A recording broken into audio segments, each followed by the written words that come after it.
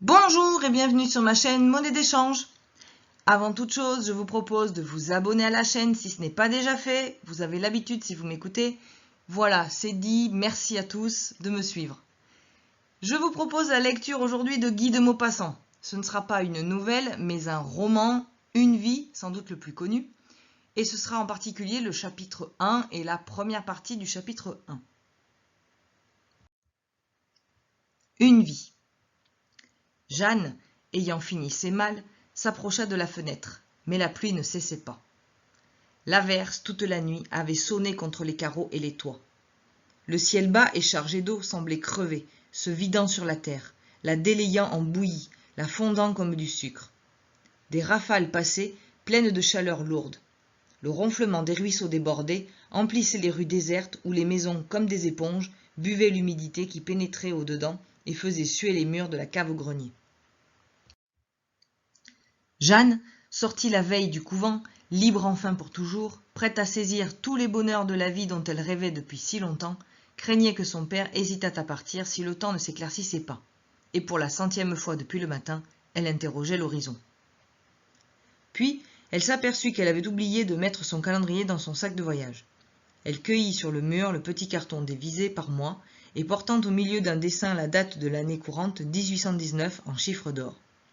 Puis elle biffa à coups de crayon les 4 premières colonnes, rayant chaque nom de saint jusqu'au 2 mai, jour de sa sortie du couvent. Une voix derrière la porte appela. « Jeannette ?» Jeanne répondit. « Entre, papa !» Et son père parut. Le baron Simon-Jacques Le Pertuis Dévot était un gentilhomme de l'autre siècle, maniaque et bon. Disciple enthousiaste de Jean-Jacques Rousseau, il avait des tendresses d'amant pour la nature, les champs, les bois, les bêtes.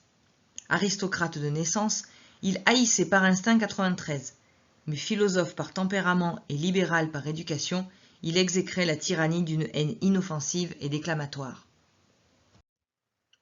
Sa grande force et sa grande faiblesse, c'était la bonté. Une bonté qui n'avait pas assez de bras pour caresser, pour donner, pour étreindre. Une bonté de créateur, éparse, sans résistance, comme l'engourdissement d'un nerf de la volonté, une lacune dans l'énergie, presque un vice. Homme de théorie, il méditait tout un plan d'éducation pour sa fille, voulant la faire heureuse, bonne, droite et tendre. Elle était demeurée jusqu'à 12 ans dans la maison, puis, malgré les pleurs de la mère, elle fut mise au Sacré-Cœur. Il l'avait tenue là, sévèrement enfermée, cloîtrée, ignorée et ignorante des choses humaines. Il voulait qu'on la lui rendît chaste à 17 ans pour la tremper lui-même dans une sorte de bain de poésie raisonnable. Et, par les chants, au milieu de la terre fécondée, ouvrir son âme, dégourdir son ignorance à l'aspect de l'amour naïf, des tendresses simples, des animaux, des lois sereines de la vie. Elle sortait maintenant du couvent radieuse, pleine de sève et d'appétit, de bonheur, prête à toutes les joies, à tous les hasards charmants que dans le désœuvrement des jours, la longueur des nuits, la solitude des espérances, son esprit avait déjà parcouru. Elle semblait un portrait de Véronèse, avec ses cheveux d'un blond luisant qu'on aurait dit avoir déteint sur sa chair, une chair d'aristocrate à peine nuancée de rose, ombrée d'un léger duvet, d'une sorte de velours pâle qu'on apercevait un peu quand le soleil la caressait. Ses yeux étaient bleus, de ce bleu opaque qu'ont ceux des bonshommes en faïence de Hollande. Elle avait, sur l'aile gauche de la narine, un petit grain de beauté, un autre à droite, sur le menton, où frisaient quelques poils si semblables à sa peau qu'on les distinguait à peine. Elle était grande, mûre de poitrine, ondoyante de la taille. Sa voix, nette, semblait parfois trop aiguë, mais son rire franc jetait de la joie autour d'elle. Souvent, d'un geste familier, elle portait ses 2 mains à ses tempes comme pour lisser sa chevelure. Elle courut à son père et l'embrassa en l'étreignant. « Eh bien, partons-nous » dit-elle.